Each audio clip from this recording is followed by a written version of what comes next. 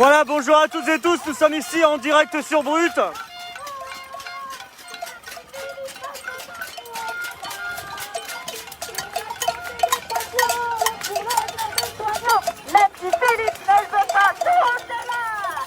On est donc en direct sur Brut, à proximité de l'hôpital Robert Debray, dans le 19e arrondissement de Paris.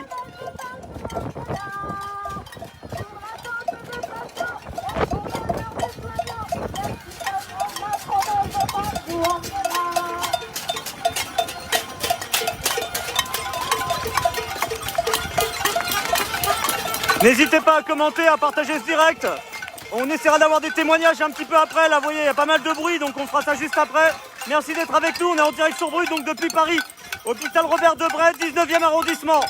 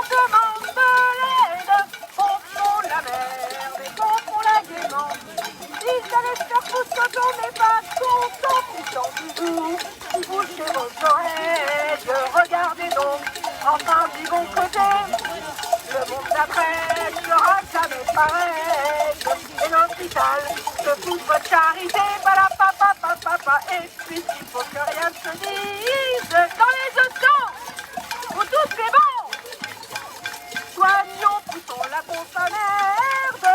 Macron prépare sa trahison. Pompons la merde et pompons la démence. Ils disent d'aller se faire foutre quand on demande de l'aide. Pompons la merde et pompons la démence. Ils disent d'aller se faire foutre quand on paye content.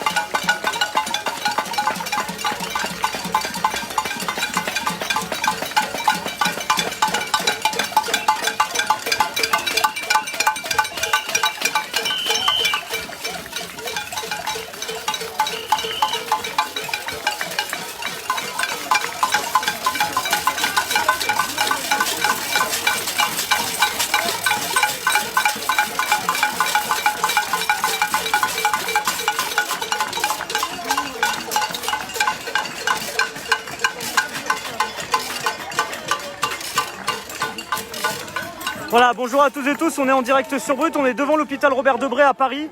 Le personnel soignant qui donc pour ce jeudi, premier jeudi après le confinement, exprime donc sa colère. On va écouter les prises de parole. Merci aux couturières solidaires qui nous ont donné des masques, qui nous ont fait des masques. Merci à tous pour tous les applaudissements. Merci pour votre soutien. Continuez à nous soutenir. L'hôpital public vous appartient, nous appartient. Ils sont en train de le détruire. On est plus fort. Le rapport de force est en notre faveur. Il faut l'utiliser. On sera plus fort et on gagnera si on reste soudés. Donc restons encore ensemble et restons soudés pour défendre l'hôpital public, mais tous les services publics. Là, la crise économique, il ne faut pas qu'elle soit un prétexte. C'est très simple. À chaque fois qu'il y a une crise, ce qui a répondu à la crise, c'est un service public de fort et de qualité. Il y a quelqu'un qui n'est pas le plus grand marxiste du monde qui existe. En 2008, il a dit ce qui a sauvé la France, c'était le service public de la France. Et il s'appelle Nicolas Sarkozy. Donc voilà, ça n'a pas changé. Il y a une autre personne qui s'appelle Emmanuel Macron qui dit que l'État-providence n'est pas une charge. Donc que ces gens-là tiennent leurs paroles. Leur médaille, on n'en veut pas, on ne veut pas de leur médaille. Nous ne sommes pas des héros, nous ne sommes pas des héroïnes.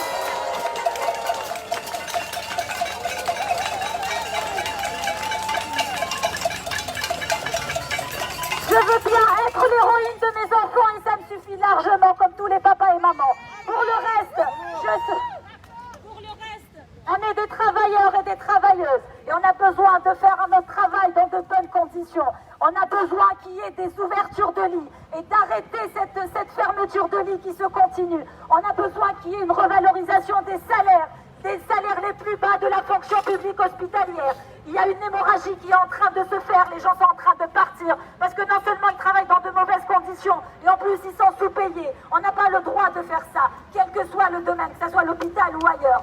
La crise qui arrive va ramener son lot de détresse psychique, psychologique et physique. Et pour ça, il y aura besoin d'un hôpital de qualité, il y aura besoin d'un hôpital avec des moyens, et il y aura besoin d'un service public de qualité, des écoles, des services sociaux de qualité. C'est ça la réponse, il n'y en a pas d'autre. Les milliards, c'est pour le service public, ne doit pas être ailleurs. L'économie, c'est pas ici qu'il faut les faire. Les privilèges ne sont pas là, les privilégiés sont ailleurs, il faut les chercher ailleurs, ça se passe pas comme ça. Et on le sait très bien. Donc continuons à lutter, il faut qu'on continue. Ils ont dit que le monde d'après, il ne faut pas qu'il ressemble au monde d'avant. Ben, ils n'ont pas eu tout à fait tort parce qu'en réalité, le monde d'après, ils sont en train de nous le faire pire que le monde d'avant. Là, la fermeture de lits se continue. Rien qu'avec les pathologies avant Covid, on a eu du mal. Avec le Covid, on a eu du mal. Avec les deux, ça sera encore pire. Donc je ne vois pas comment ça va marcher encore. Les collègues se battent pour ce qui est de l'hôpital en général depuis des années. Les syndicats se battent. Depuis des années, les EHPAD se battent. Depuis des années, la psychiatrie se bat. Ça fait plus d'1 an que le collectif interurgence se bat. Ça fait des mois que le collectif interhôpitaux se bat. Ça fait des années que les gens tirent la sonnette d'alarme. On ne nous a pas entendus. On a dit déjà en pédiatrie, écoutez, on a eu du mal à nous occuper des enfants, on les a transférés à des centaines de kilomètres de leur lieu d'habitation pendant la bronchiolite. Le Covid, ça va être encore pire, on ne pourra pas, c'est compliqué, ça va être encore compliqué. Et voilà, c'est arrivé. C'est tout ce qu'on a dit est arrivé. Donc ce serait maintenant, il est temps qu'on nous écoute, il est temps qu'on nous entende. Ce n'est pas compliqué ce qu'on demande. Arrêtons la fermeture des lits. Ils sont même en train de l'accélérer actuellement, revalorisant les plus bas salaires, augmentant l'objectif national de dépenses d'assurance maladie pour l'hôpital public. Il faut le faire. Le niveau actuel est infâme, c'est indigne d'un hôpital comme la France. Et revoyons la gouvernance au sein de l'hôpital. L'hôpital ne doit pas être pensé par un directeur ni par un hyper chef de service. Ça doit être pensé par tous ces acteurs. Et ces acteurs, ils sont très nombreux. Ça va de la secrétaire, au technicien, au logisticien, à l'administratif, à l'infirmière, aux auxiliaires, aux médecins. Et ça passe par toutes ces personnes-là. Et je suis désolée parce que j'en oublie beaucoup. Donc continuons notre lutte. Nos revendications n'ont pas été entendues. Leurs médailles, on n'en a que faire. Ils peuvent les garder parce que nous, des médailles, on peut leur en distribuer. La médaille de l'incompétence, il y en a. Au niveau du gouvernement, il y en a.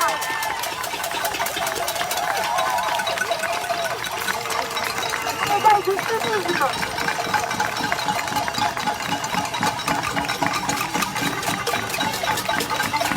La médaille du cynisme, la médaille de la mise en danger d'autrui, la médaille de la bêtise, et j'en passe, et des meilleurs. Donc voilà, on peut leur en distribuer s'ils veulent, mais leurs médailles qu'ils les gardent, ils les ont données à François Cyrilie Savas. Nous, on n'en veut pas de cela.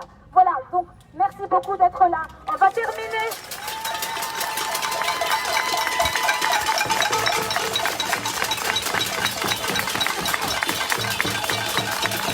On va terminer par 2 chants de lutte, si vous le permettez.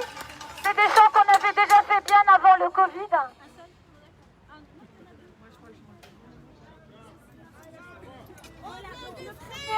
C'est le chant des partisans qu'on a retravaillé et qu'on avait déjà chanté pour notre directeur général quand il est venu pour les vœux. Voilà. Est-ce que tout le monde a les paroles? Alors on est en direct sur Brut devant l'hôpital Robert Debré à Paris dans le 19e arrondissement et donc vous avez le personnel soignant qui va chanter. Amis, entendu le bonheur des corbeaux sur nos plaines. Amis, entendu ces cris sourds du pays qu'on enchaîne. Oh ouais, les soignants, c'est l'alarme. Ce soir, le lit connaîtra qui madame, c'est les larmes. Montez de la ville, soyez les Goliaths. Sortez de la paille, respirez en cas pour nos malades. Oh, et chers collègues, dévoués, mais sacrifiés, réveille-toi vite. Oh, et fais attention aux saboteurs de la sécu, du dynamite. C'est nous qui brisons les barreaux de misère. La haine à nos touches, et le soin qui nous pousse pour nos frères. Il y a les équipes qui font les plans qu'on enlève. Ici, nous es-tu pour marcher, pour crève, mon frère. Ici,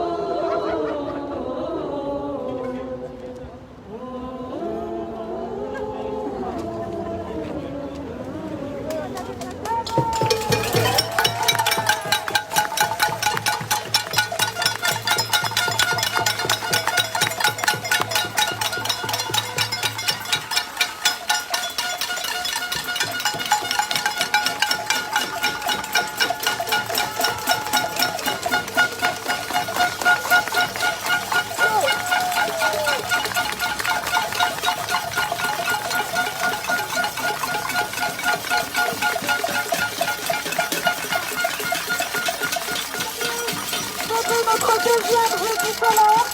On fera d'autres jeudis colères toutes les semaines. Notre colère est là par contre tous les jours. Déconfinez toutes vos colères parce que ce n'est pas normal ce qui se passe. Donc rendez-vous jeudi prochain si vous le voulez bien.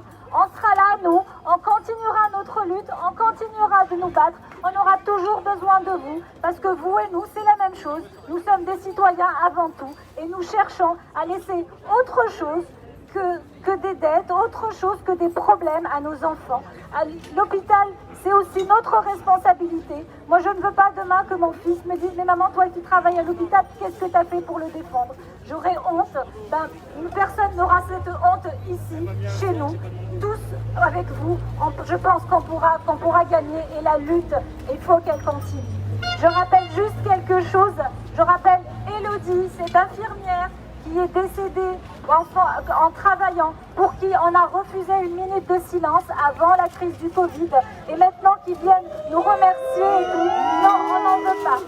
On n'en veut pas de leur médaille ni de leur remerciement. Merci à vous surtout. C'est vous que nous remercions parce que vous êtes là pour nous et que vous serez là et on continuera le combat pour nous.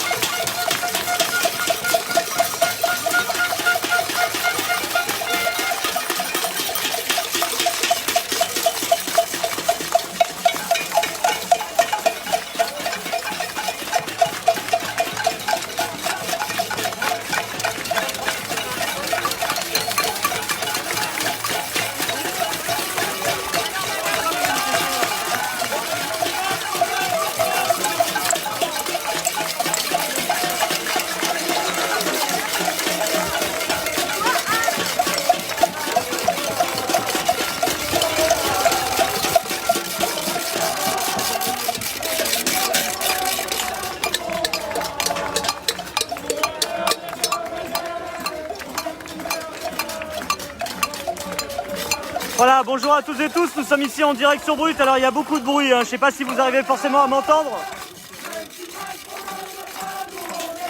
On est juste devant l'hôpital Robert Debré, donc dans le 19e arrondissement à Paris. Et donc c'est ce qu'on appelle le jeudi de la colère aujourd'hui. Vous avez vu donc ce personnel soignant qui justement en cette période de crise sanitaire à la crainte du monde d'après, c'est-à-dire celui où ils étaient à revendiquer plus de moyens, plus de considération, des revendications qui aujourd'hui n'ont pas changé. Mais il est vrai que ces dernières semaines, durant cette crise sanitaire du Covid-19, eh bien, les personnels soignants se sont retrouvés applaudis chaque soir, mis en avant dans de nombreux endroits, politiquement aussi, et ils veulent que tout cela ne retombe pas, ils veulent que cela se transforme, que toute cette énergie qui se mobilise depuis cette crise sanitaire du Covid-19, eh bien, elle continue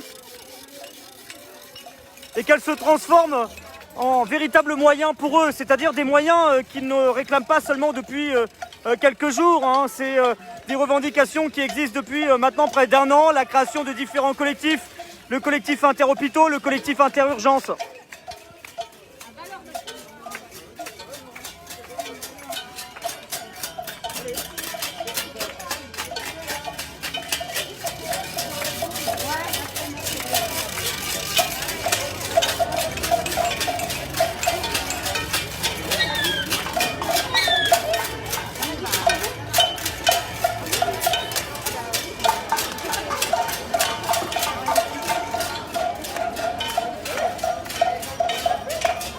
N'hésitez pas en tout cas, vous avez le bouton en bas à gauche pour partager ce direct, qu'on soit encore plus nombreux à le suivre, pour informer sur ce qui se passe actuellement donc à Paris. On couvre donc ce qu'on appelle un jeudi de la colère, qui est donc organisé en ce premier jeudi post-confinement. L'idée, comme je vous disais, c'est pour ce personnel soignant que toute cette énergie que l'on voit depuis le début de cette crise sanitaire, tous les moyens qui sont mis en place et qui sont donnés à ce personnel soignant au quotidien, eh bien ça ne s'arrête pas. Parce que leurs revendications qui existaient hier, elles sont encore plus que présentes là pour demain. L'idée d'avoir plus de moyens humains, de moyens matériels et de considération au niveau contractuel. Oui, Vous me présentez une autorisation. Oui, mais j'y vais. Tu peux...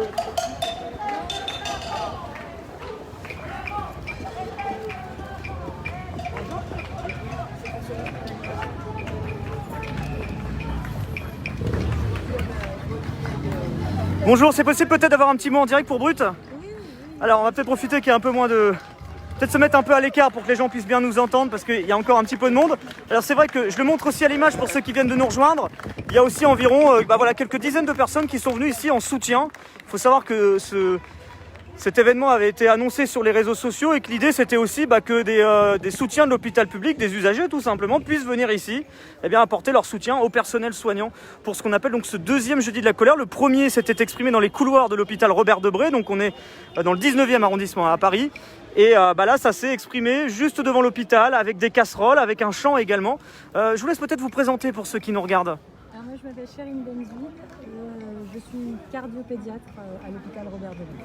Alors vous avez un discours extrêmement fort il y a quelques minutes. C'est quoi aujourd'hui le sentiment qui est exprimé au travers ce rassemblement? Le sentiment qui est exprimé aujourd'hui, c'est que non seulement les choses n'ont pas changé, non seulement on revient au monde, c'est même pas qu'on revient du monde d'après, on revient au monde d'après mais en pire. C'est-à-dire là, on est en train d'entendre des choses complètement inadmissibles, comme par exemple, je sais pas, hier ou avant-hier, où des députés parlent de est-ce que des travailleurs donnent leur jour de congé pour que les soignants partent en vacances. Mais dans quel monde on vit? On est dans un monde archaïque et complètement dépassé et qui n'est plus d'actualité. Non, on ne veut pas que les gens partent en vacances avec leurs enfants ou avec qui ils veulent, mais qui ne nous donnent pas ça. Ce n'est pas ça notre demande. Ce n'est pas de la charité, on ne veut pas ça. C'est toujours pareil, on prend aux pauvres pour donner à d'autres pauvres c'est toujours les mêmes. Ben non, c'est pas là où il faut chercher. Nous, on veut des moyens à la hauteur des besoins de l'hôpital public, c'est tout. On veut qu'on arrête la fermeture des lits, on veut qu'on ouvre au contraire des lits, on veut qu'on embauche du personnel à la hauteur des besoins. Il ne s'agit pas de mettre des gens pour ne pas travailler, non, juste du personnel à la hauteur des besoins, et que ce personnel, surtout en général, les personnels qui n'est pas très bien payé, qui soit payé correctement. C'est tout ce que nous demandons. Et ce ne sont pas des privilèges, on demande juste à ce que juste pour que le service public hospitalier puisse perdurer. C'est juste, ça fait partie des fondements de la République. Sinon, il n'y a plus de République, il n'y a plus rien. Dans quelle société on veut vivre maintenant? C'est ça la question. Où est-ce qu'on veut vivre? Dans quelle société on veut vivre? Nous, on ne veut pas vivre dans cette société. Nous, on veut justement dénoncer ça. Et on veut une société où il y a une solidarité, qui est basée sur l'impôt, où il y a des services publics forts, de qualité, où il y a une école de qualité, où il y a des services de recherche de qualité, une université de qualité, des transports de qualité, un hôpital public de qualité. Voilà, c'est ça. Et ce n'est que ça qui nous fera sortir de la crise, et ce n'est que ça qui pourra nous protéger d'éventuelles crises futures, parce qu'il y en aura peut-être d'autres. Et c'est ça la seule réponse, qu'ils arrêtent de nous dire les économies. Les économies, il faut les chercher ailleurs, pas ici. Parce que les fondements de notre société, c'est ça. Et ça, il faut le maintenir. Si on ne maintient pas ça, il n'y aura plus rien. Si on veut un modèle à l'américaine, on a vu ce que ça a donné. Si c'est ça ce que les gens veulent, qu'il est, mais je ne pense pas que les gens veulent ça. Voilà. C'est quoi? C'est la crainte que l'hôpital de demain soit celui que vous dénonciez hier? Que l'hôpital de demain, qui n'existe plus, justement, l'hôpital public de demain, que l'hôpital public de demain, c'est ce qu'ils sont en train de faire, vive par des dons, parce qu'on n'arrête pas de faire des appels aux dons. Non, mais il faut arrêter. Dans quel monde on vit? Non, il ne faut pas que l'hôpital vive sur la charité. La charité est une notion religieuse. La charité n'est pas une notion républicaine. La République est basée sur l'impôt et on impose les gens à la hauteur de ce qu'ils gagnent, parce qu'ils gagnent cet argent ici. Et donc c'est normal de payer des impôts. Donc de faire fonctionner l'hôpital par des moyens de l'État, ça c'est normal. De faire fonctionner un hôpital par des dons, non, ça on n'est pas d'accord. Alors c'est vrai qu'on en avait discuté notamment avec Agnès Hartmann.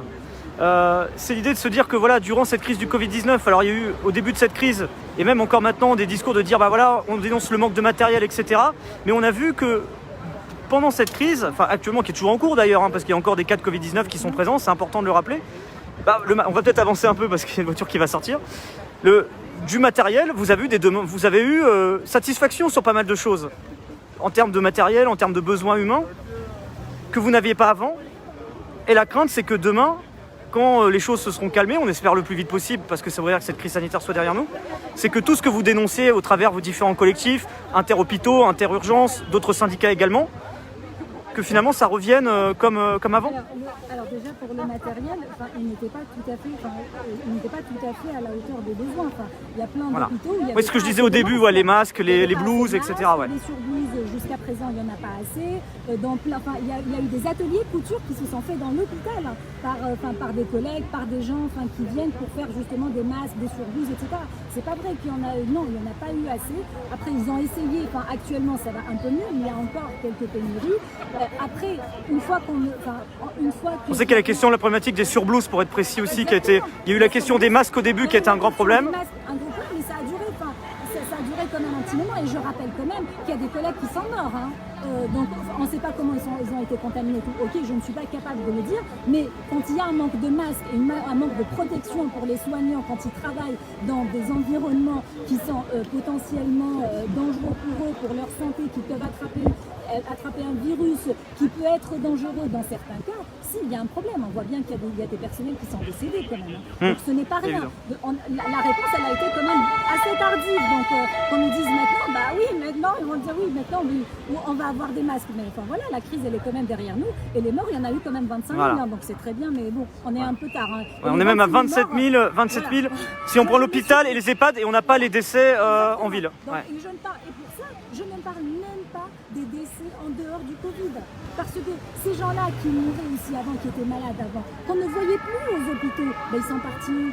Ils sont partis parce qu'il n'y avait plus de place. On a décalé tout ce qui n'était pas urgent. Ce qu'on décale qui n'est pas urgent maintenant, mais il peut le devenir après. Le SAMU était submergé. Des fois, il faut attendre 1 heure pour avoir quelqu'un. 1 heure, on a eu le temps de mourir plusieurs fois. Voilà. Après, ça, pour la problématique de masque, il y a eu aussi un manque de tout ce qui est anesthésiant, de curarisant, etc.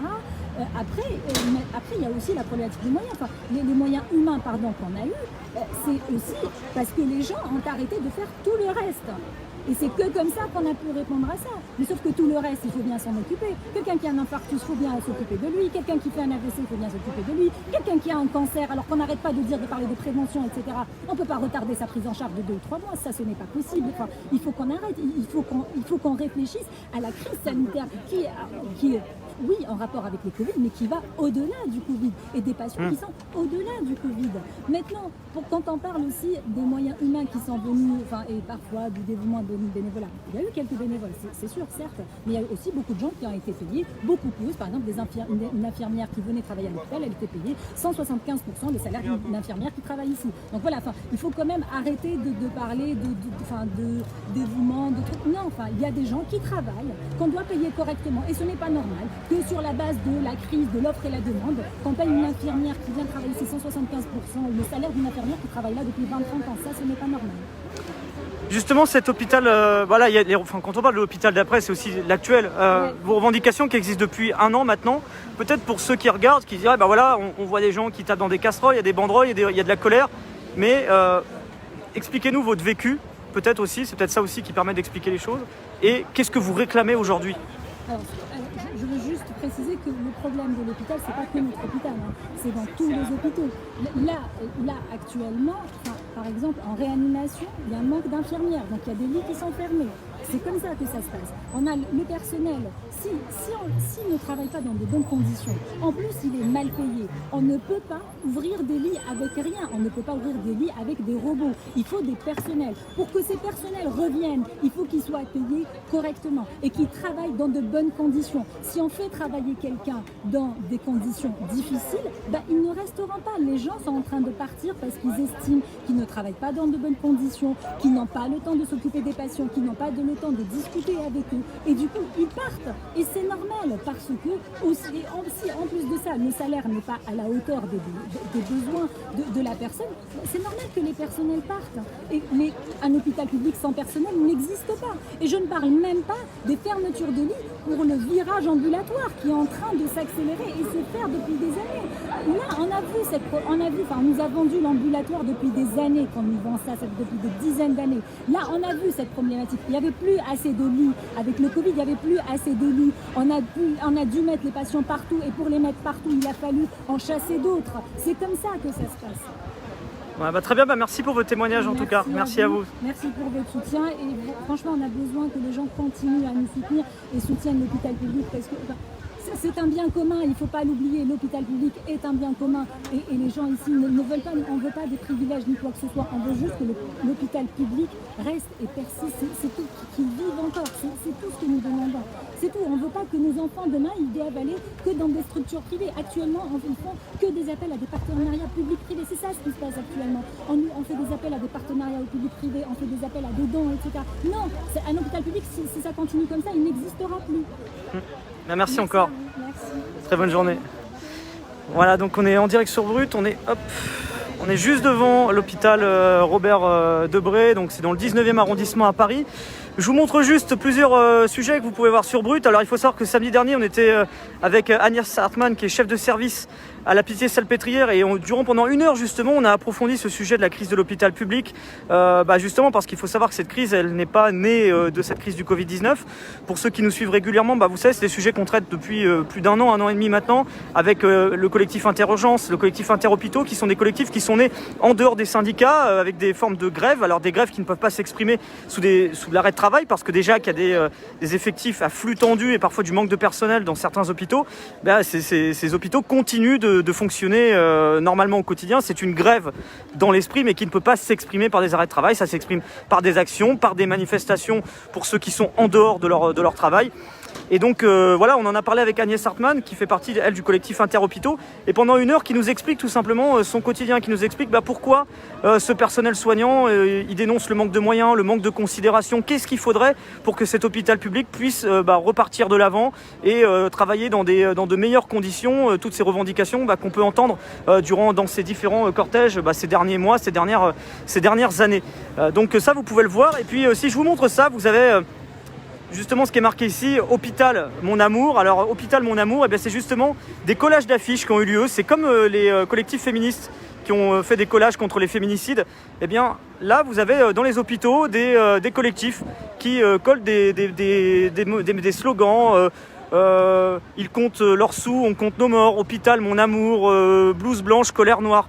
Voilà, pas mal de slogans que vous pouvez retrouver souvent autour des hôpitaux. Il faut savoir qu'il y a eu une action de collage qui s'est déroulée lundi soir. Je les ai suivis pour Brut, et vous pouvez retrouver ce sujet sur notre compte Twitter, Facebook et Instagram. Donc ce sujet qui vous montre ces personnels soignants en train de coller. Moi j'ai suivi ceux de l'hôpital Saint-Louis dans le 10e arrondissement à Paris, qui ont procédé donc à cette action de collage. Et voilà. Et donc on a suivi ça, c'était lundi soir, et on vous l'a posté mardi sur la page Facebook de Brut, et vous pouvez donc retrouver ce sujet donc de ces colleurs d'affiches version personnel soignant après les collectifs féministes sur les féminicides, cette personnel soignant qui colle ces différents slogans que vous pouvez voir ici. Oui, l'entretien avec Agnès Hartmann, il est à revoir. Vous pouvez le revoir sur notre page Facebook. Ouais. Tout autour de l'hôpital, il y en a ? Ah, ok. Dedans, on ne pourra pas filmer, mais à l'extérieur, je vais montrer... Merci. Voilà, vous voyez. Hippocrate contre Hypocrite ici. Sur le quartier. Ok, je vais faire un petit tour. Merci à vous, bonne journée madame. Voilà, en tout cas, vous pourrez voir ou revoir cette action dans quelques instants. Donc comme je vous disais, ici, cette action, elle s'est déroulée en l'espace d'une vingtaine de minutes. Alors il y avait des soutiens extérieurs, on a vu notamment des syndicats Sud, la CGT, quelques partis politiques notamment qui ont eu une représentation. Mais il faut savoir que ce collectif, c'est un collectif qui est né en dehors des syndicats. C'est le collectif Interurgence et Interhôpitaux qui existe depuis près d'1 an maintenant, qui organise ces différentes actions, ces formes de grève, de manifestations, pour dénoncer le manque de moyens et de considération dans l'hôpital public. Donc c'est toutes ces actions, ces manifestations que vous pouvez voir ici et là. Ça s'est traduit l'année dernière, comme je vous disais, par cette grève dans les services des urgences. Alors cette grève, comme je vous l'expliquais, elle ne pouvait pas, comme dans d'autres secteurs, se symboliser par des arrêts de travail, parce qu'il faut que ces services d'urgence continuent à fonctionner pour venir en aide aux patients qui viennent au quotidien, parce que déjà, ce personnel dénonce les conditions de travail difficiles et ils n'ont pas la possibilité de pouvoir se mettre en arrêt pour aller se mettre en grève dans une façon sous forme d'arrêt de travail. Donc c'est une forme de grève symbolique, une grève donc avec différentes pancartes dans les services d'urgence, avec des actions, des manifestations qui sont menées par le personnel soignant en dehors de leur temps de travail, ce qui fait que ceux qui travaillent continuent leur mission, et c'est ceux qui ne travaillent pas qui peuvent mener en ces temps-là ces actions, soit sur leur temps de pause, comme c'est le cas actuellement, ou en dehors de leur temps de travail, et c'est ce qu'on a pu suivre aujourd'hui. Donc en tout cas voilà cette action qui est un peu aussi symbolique quelque part, hein, parce qu'elle se déroule quelques jours après la première étape de déconfinement progressif, très progressif, parce qu'on le voit encore aujourd'hui, hein, beaucoup de commerces sont encore fermés, même certains commerces qui pourraient réouvrir sont encore fermés pour l'instant. On voit également, hein, pour ceux qui peuvent circuler un petit peu, avec les transports en commun, que la circulation elle a reprise, elle est beaucoup plus importante évidemment, mais qu'on est sur des taux beaucoup moins importants que ceux qu'on peut voir d'habitude. Pour comparaison, par exemple à Paris, il faut savoir que sur le périphérique parisien, vous avez à peu près 330-350 km de bouchons aux heures de pointe. Actuellement, c'est 50 km maximum. Et dans les transports en commun, franchement, c'est plutôt calme. Alors, vous avez vu certaines images de saturation dans certains transports qui étaient surtout liés parfois à des retards de rames, des retards de transport.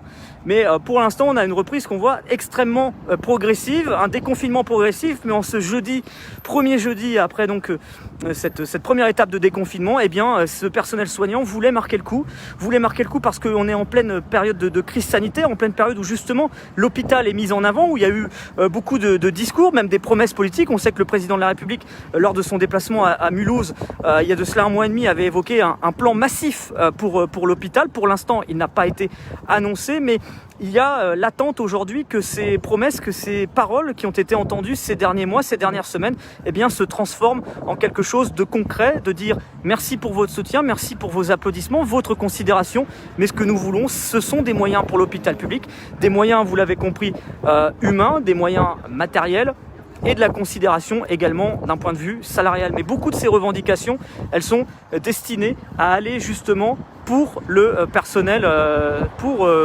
pouvoir aider ce personnel soignant à venir assurer leurs tâches au quotidien.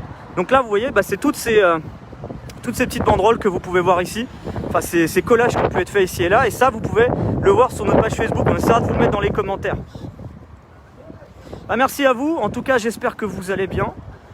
Vous allez voir juste ici, je vous montre d'autres collages. Nous sommes l'hôpital qu'on défait, nous sommes l'hôpital qui se défend. Voilà, vous pouvez voir juste ici, je vais essayer de vous en montrer peut-être une autre. Pas mal de banderoles qui sont mises ici. Hop, vous voyez là, la colère des hospitalières ne restera pas confinée. Et juste au-dessus, vous ne le voyez peut-être pas, il est marqué réanimation pédiatrique en grève. Il faut savoir que l'hôpital Robert Debré, c'est essentiellement un hôpital qui accueille les enfants. Vous voyez, il y a une maternité, urgence pour les enfants ici. Et donc voilà cette action qui s'est donc menée ici. Je voulais vous remercier de l'avoir suivi. Voilà, comme d'habitude, vous le savez, on vous emmène en immersion au cœur des différents événements d'actualité, avec des interviews, avec beaucoup de lives différents, que ce soit avec des personnalités également dans le monde médical, de la recherche, des épidémiologistes notamment, qui puissent aussi vous apporter des réponses à vos questions que vous posez notamment sur l'épidémie. On a essayé également de faire des lives ces derniers temps et on va continuer à le faire pour répondre à vos questions de la vie concrète, de la vie quotidienne. C'est comment ce déconfinement progressif se passe, quelles sont les mesures à prendre dans ce vivre ensemble, dans cette société qui repart tout doucement, mais en pleine période d'épidémie, avec les gestes barrières, les transports en commun, les boutiques qui commencent à rouvrir tout doucement. Et puis aussi sur la suite, parce que des questions qui restent encore en suspens aujourd'hui, sur la réouverture des bars, des restaurants. Des questions également pour les vacances d'été, qui sont encore pour l'instant en suspens en fonction de l'évolution de l'épidémie. Et donc on continuera de vous proposer ces lives interactifs avec différents spécialistes, avec différentes personnalités. Et demain, à 13h sur Brut, on vous donne rendez-vous pour un live où on parlera des masques. Voilà, avec les révélations de ces derniers jours sur la gestion des stocks d'État, sur la gestion, on va dire, très difficile de ces stocks, la pénurie. Pourquoi ces pénuries? Quelles ont été les failles qui ont conduit à ce que, justement, du personnel soignant se retrouve sans masque, qu'on ait une pénurie de matériel? Et bien, toutes ces questions-là, on les abordera demain à 13h sur Brut, en vous parlant de l'enquête de journalistes du Monde qui est sortie dernièrement, et on va en parler avec eux demain 13h sur Brut. Ce sera en direct en Facebook Live, donc n'hésitez pas à activer les notifications. Et c'est donc un live qu'on vous proposera demain sur Brut, sur lequel donc on reviendra sur la question des masques.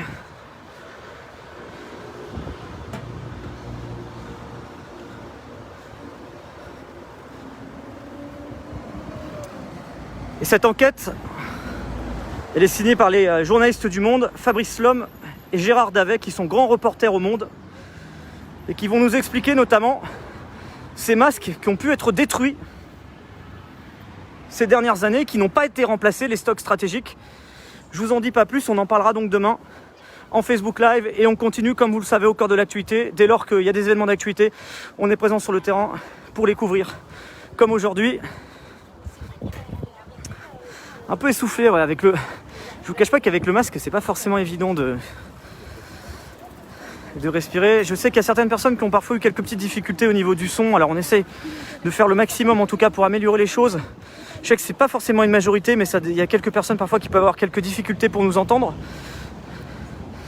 On essaye d'améliorer les choses là-dessus, parce que c'est vrai que les conditions de tournage, elles ont quand même évolué en cette période de crise sanitaire, avec les critères notamment de distanciation sociale, le fait que parfois certains de nos interlocuteurs ou interlocutrices portent des masques, et donc c'est pas forcément toujours évident, mais on essaie en tout cas d'améliorer les choses pour pouvoir prendre en compte la situation sanitaire et vous donner les meilleures conditions de retransmission possibles. Voilà, c'est quelques petits détails qu'on essaie toujours de travailler, d'améliorer. Je sais que je prends en compte vos commentaires, en tout cas je les ai bien lus, et on essaiera de faire en sorte pour demain, enfin pas pour demain mais aussi tout le temps, de pouvoir améliorer ces petits détails, parce que je sais que c'est dans certains moments où ça peut être un peu compliqué. C'est pas pour tout le monde, mais si on peut améliorer les choses, upgrader certains trucs, on essaye toujours de le faire et de prendre en compte vos commentaires. Donc j'ai bien noté celui-là, et vous savez, pour vous dire, on essaye de voir pour toujours améliorer les choses, parce que c'est vrai que, comme je disais, les conditions de tournage sont un peu différentes dans cette période de crise sanitaire. Avec la distanciation sociale, c'est pas la même chose que d'habitude, où on peut être très proches les uns des autres. Moi, vous voyez, pour tout vous dire, j'ai une sorte de perche que je tiens avec mon bras en plus pour pouvoir permettre d'avoir 1 mètre d'écart. J'ai le masque aussi sur le terrain. Ça peut atténuer la voix, ça donne une distance, ça pose parfois des petits soucis sur les prises de son, mais c'est des choses qu'on essaye en tout cas de travailler pour toujours essayer d'améliorer les choses et que ce soit un petit peu mieux les prochaines fois. En tout cas, merci à vous, merci d'avoir suivi ce direct. Pour ceux qui voudraient faire des feedbacks, proposer des idées de live, des commentaires, des critiques, des suggestions, quoi, vous avez mon profil qui est en description de ce live, Rémi Buzine, qui est juste au-dessus. Vous pouvez me retrouver, donc vous pouvez me suivre, il est juste au-dessus, voilà, dans la description de ce live. N'hésitez pas donc à me suivre, vos retours, vos feedbacks, vos critiques, vos questions également.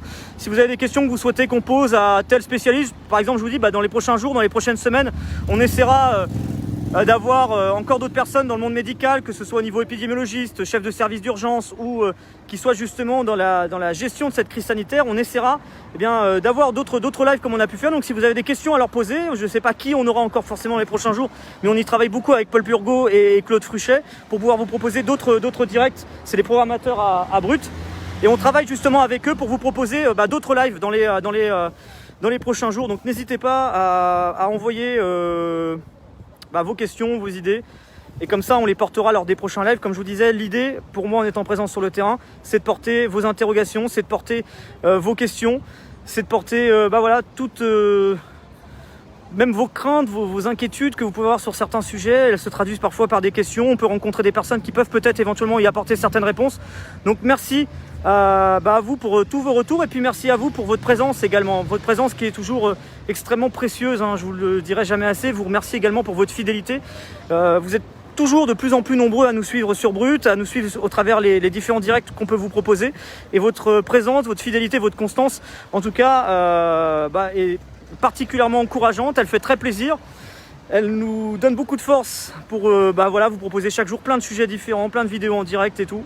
On continue de le faire avec beaucoup d'enthousiasme et beaucoup de rigueur en tout cas, mais voilà, votre présence, votre fidélité en tout cas m'honore énormément et fait beaucoup de plaisir de vous voir aussi nombreux à suivre ces directs, et en tout cas un grand merci à vous d'être toujours aussi nombreux et toujours plus nombreux à nous suivre. Et bah voilà, ça nous donne la responsabilité d'essayer d'en faire plus, de répondre encore plus à vos demandes, de faire encore plus de directs, d'être encore plus sur le terrain. Même si je sais pas si on peut forcément faire plus parce qu'on y est quasiment tous les jours. On y est tous les jours même, mais voilà, ça donne plein d'idées. Et c'est ce qu'on fait depuis le début de cette crise sanitaire, comme je vous disais, avec plein d'interviews différentes. Et on va continuer à le faire. Comme je vous disais, demain, avec messieurs Lhomme et Davet, grands reporters au monde, où on parlera justement de la gestion des masques. C'est à 13h sur Brut, ce sera à suivre en direct. Donc un grand merci à vous. N'hésitez pas encore une fois à suivre Brut sur l'ensemble des réseaux sociaux, Twitter, Instagram, Facebook. Vous avez également MyBrut.